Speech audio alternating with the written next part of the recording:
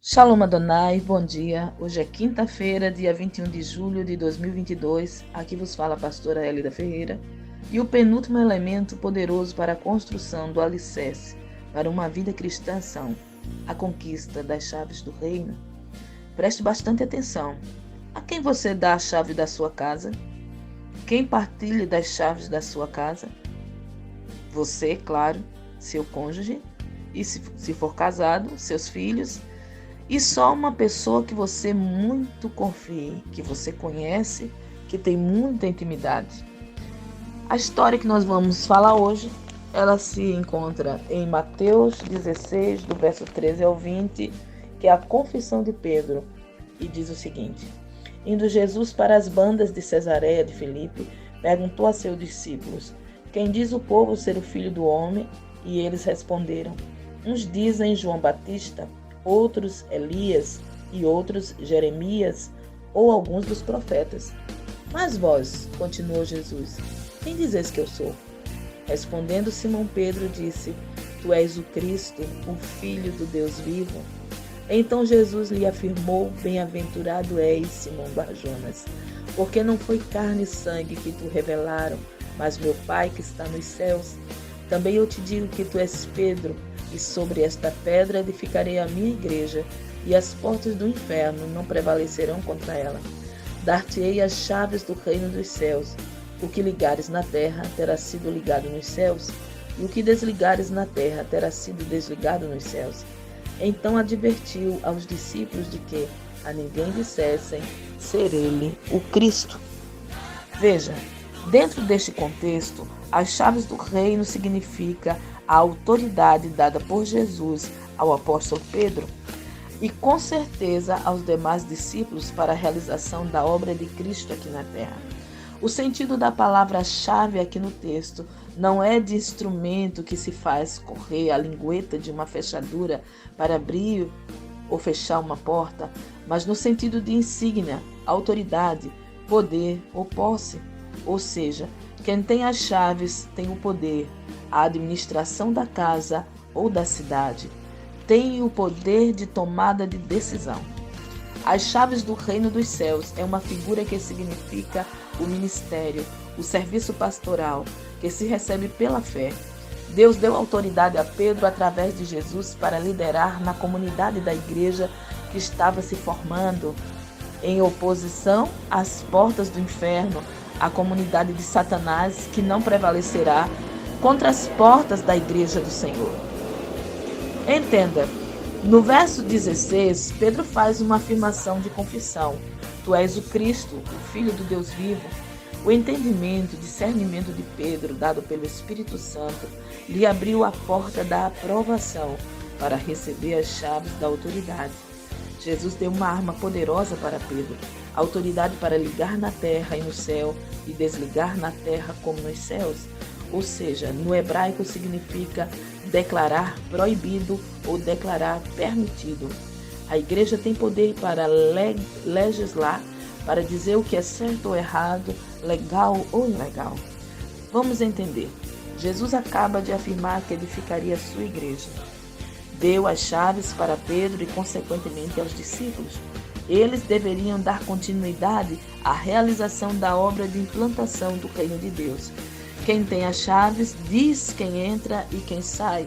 A igreja é uma comunidade que faz parte do reino de Deus.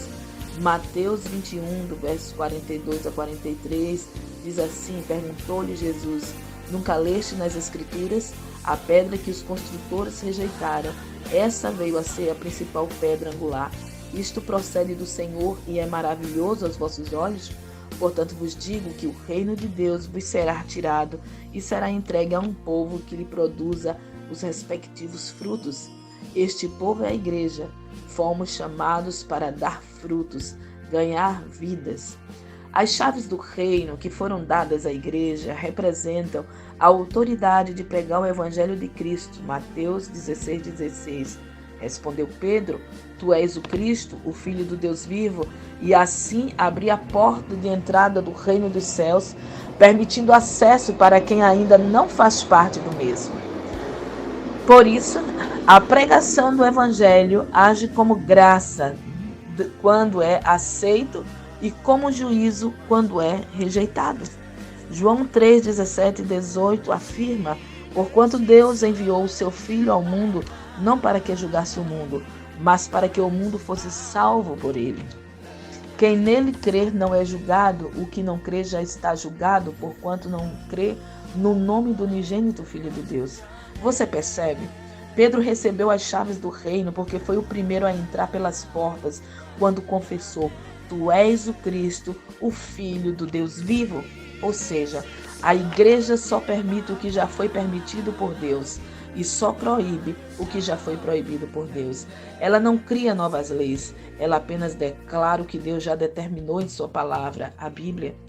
Para encerrar, quais os sinais desta autoridade sobre a vida da igreja quando obedece o ID, dado como ordem de Jesus? Marcos 16, versos 16, 17 e 18 diz: quem crer e for batizado será salvo, porém quem não crer será condenado. Segundo, expelirão demônios, falarão novas línguas. Terceiro sinal, pegarão em serpentes e se alguma coisa mortífera beberem, não lhes fará mal algum. Quarto, se impuserem as mãos sobre os enfermos, eles ficarão curados. Lucas 10,19 ainda afirma: Jesus ao grupo dos 70 discípulos e à igreja em todos os tempos: eis aí vos dei autoridade para pisar de serpentes e escorpiões e sobre todo o poder do inimigo, e nada absolutamente vos causará dano. Por isso Paulo afirma em 1 Coríntios 1,24: mas para os que são chamados, tanto judeus como gregos, lhes pregamos a Cristo, poder de Deus e sabedoria de Deus. Ou seja, quando pregamos fielmente a palavra de Deus, que é o que ela diz que é, o Senhor coopera conosco, convencendo o homem do pecado, da justiça e do juízo, como diz em João 16,8. Paulo afirma também em 1 Coríntios 2,4: a minha palavra e a minha pregação não consistiram em palavras persuasivas de sabedoria humana, mas em demonstração do Espírito e de poder.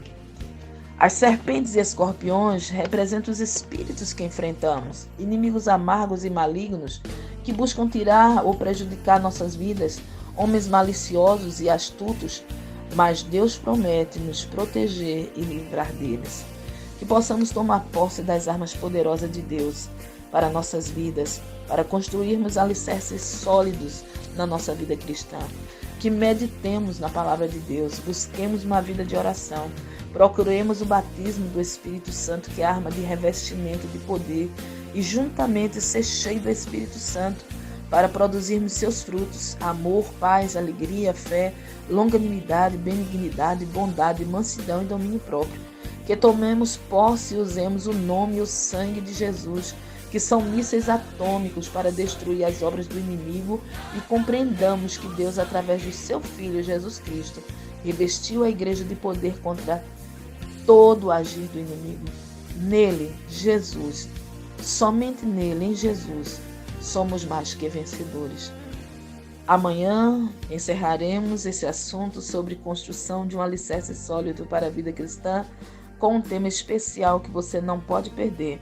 Dele dependerá todo o sucesso de tudo que já falamos até aqui sobre uma vida cristã vitoriosa.